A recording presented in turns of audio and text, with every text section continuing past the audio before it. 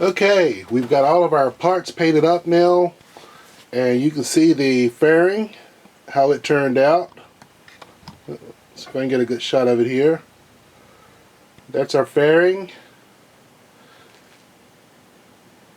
We'll turn this thing around so you can get a look on the inside of it. See how the inside turned out.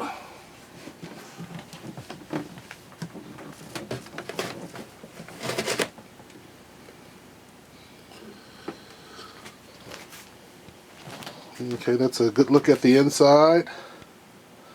You can see it turned out pretty good. The black metallic on the door. And actually I took time to paint the insides of the speaker, which was a little time consuming because I had to tape off this chrome part, but I think it was well worth it. I think it really gives it a nice look. And I also painted this black trim on the speaker, the black metallic, to match the door.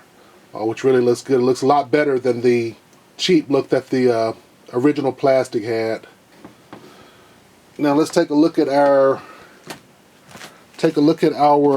lower fairings. And that's the lower fairings. And they turned out good also. Now something that I hadn't mentioned earlier, there's a kit that you can buy to go with these lower fairings. It's called a quick release kit, and this right here is what holds the bar on, and it's got some more attachments, and you can order that online. Just like everything that I got, you can really order it online. And I would recommend that if you're going to do this job, you know, in addition to having patience, go ahead and get all your materials up front.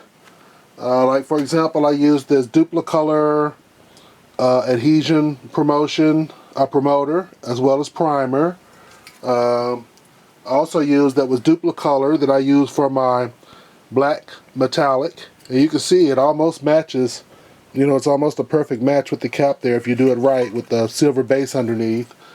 And of course the silver base was also Duplicolor.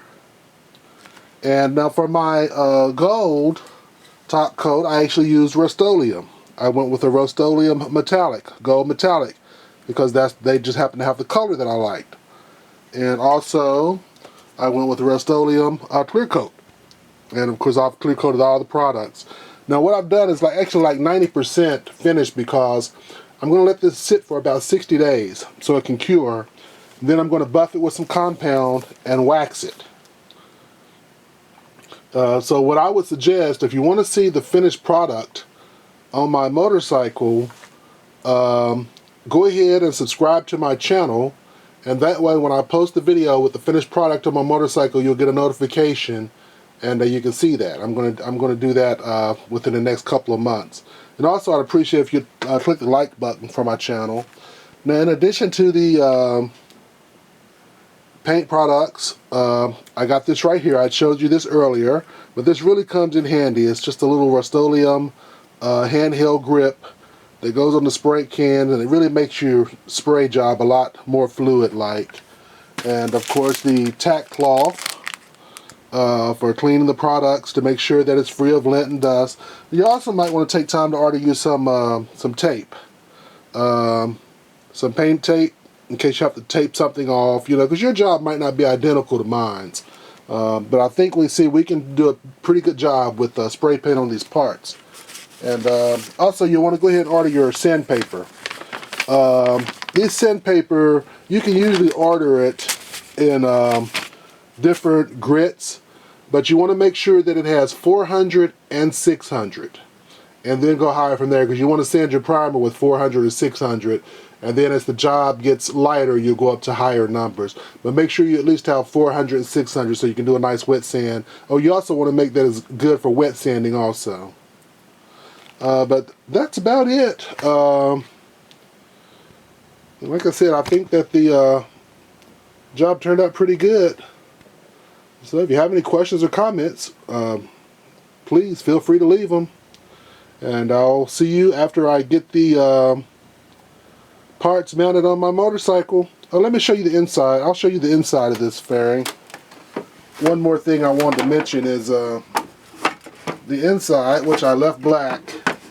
And I actually got this idea from someone else who had posted a self-help video, which is what we're supposed to do, get ideas from each other. This right here snaps on, and I took time to get a bolt, a stainless steel bolt, because you want stainless steel so it won't rust, and I removed the original snap and put the bolt in there, and that way you don't have to worry about that coming all the way off and maybe losing it while on the highway or something of that nature. I thought that was a great idea, so I went ahead and did that also. And that's about it for now. So like I said, if you have any questions or comments, please feel free to leave them in the comment section. I'll see you after I get everything hooked up on the bike.